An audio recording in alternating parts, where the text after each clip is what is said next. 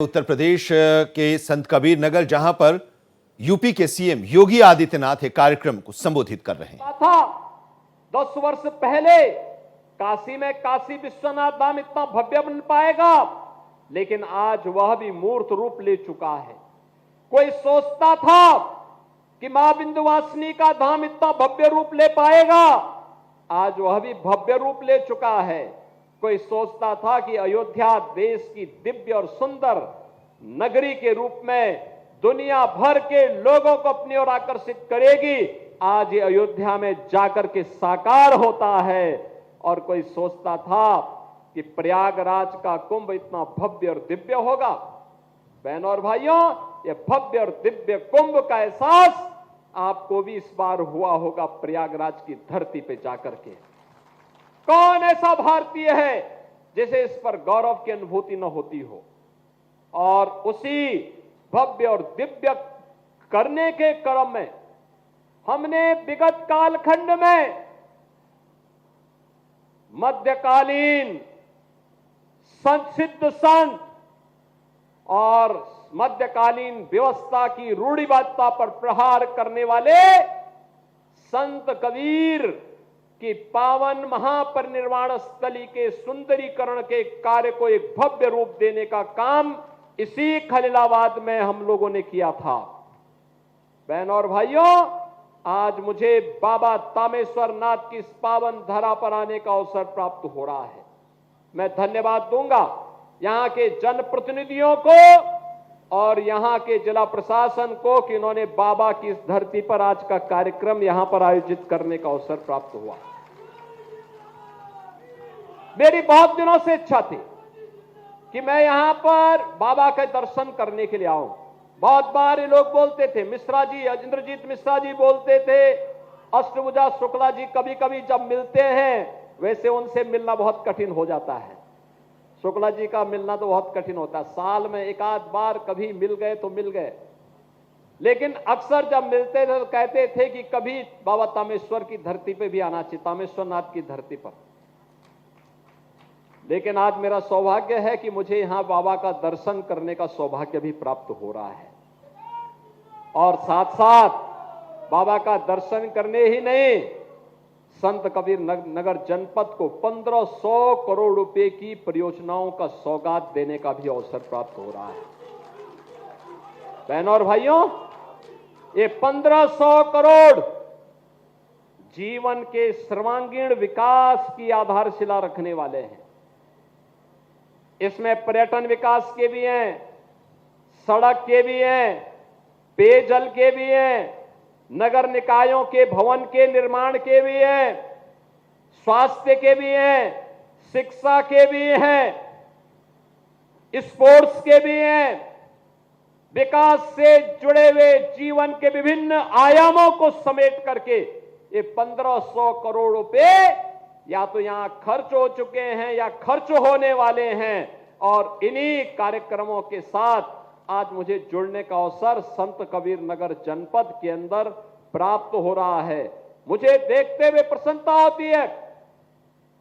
जब मैं आज यहां बाबा के धाम पे आया हूं, मैंने यहां के जनप्रतिनिधियों से भी और प्रशासन से भी कहा है कि बाबा तामेश्वर नाथ धाम को भी एक अच्छे कॉरिडोर के साथ जोड़ने की आवश्यकता है। उजाड़ना नहीं किसी को, लेकिन व्यवस्थित पुनर्वास होना है, व्यवस्थित पुनर्वास होना।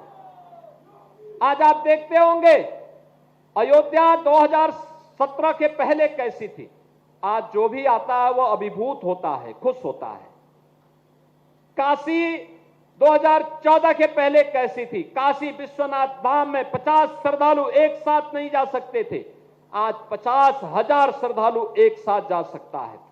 मां विंध्यवासिनी धाम में 10 श्रद्धालु एक साथ मंदिर में नहीं जा सकते थे, आज वहां पर 10,000 श्रद्धालु एक साथ माई के दर्शन करने के लिए मां विंध्यवासिनी धाम में जा सकता है।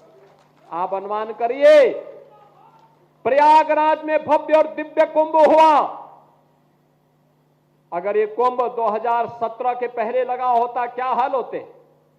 और इस बार 66 करोड़ से अधिक श्रद्धालु आया, और सुरक्षित मां गंगा और भगवान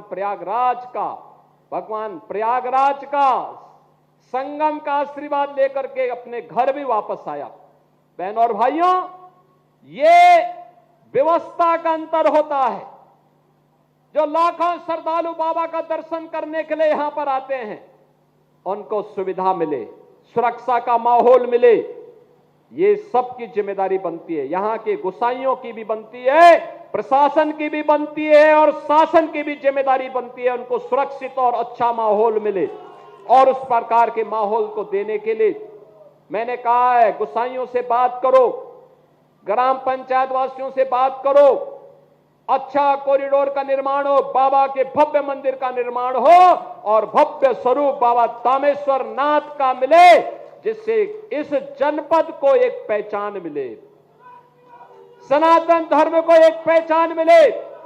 बाबा का आशीर्वाद लगातार संत कबीर नगर वासी जनपद वासियों के ऊपर बरसता हुआ दिखाई दे, इस प्रकार का माहौल यहां पर देखना चाहिए। और बहनों और भाइयों, आज मुझे लगता है कि बाबा ने जानबूझ करके कार्यक्रम यहां पर खींच करके कार्यक्रम यहां पर करवा दिया। बहनों और भाइयों, एक कार्यक्रम शीघ्र यहां का एक कार्य योजना बन करके मेरे पास आएगी, हम उसको स्वीकृति देंगे, विकास का कार्य होगा।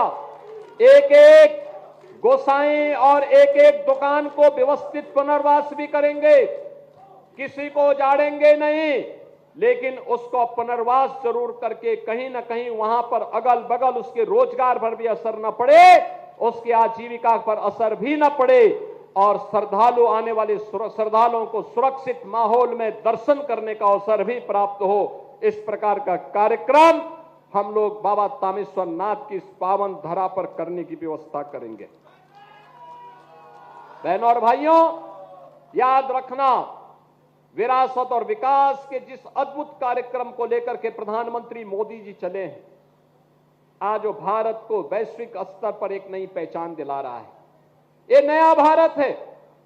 ये नया भारत दुनिया के अंदर, पूरी दुनिया के अंदर अपनी ताकत का एहसास करा रहा है, और उसी ताकत का एहसास कराने का परिणाम है आपने गत 11 वर्ष के अंदर बदलते हुए भारत को देखा है। बिना भेदभाव के सबका साथ और सबके विकास के भावना के साथ, सबके लिए आवास की सुविधा, 4 करोड़ गरीबों के लिए प्रधानमंत्री आवास की सुविधा प्राप्त हो जाना,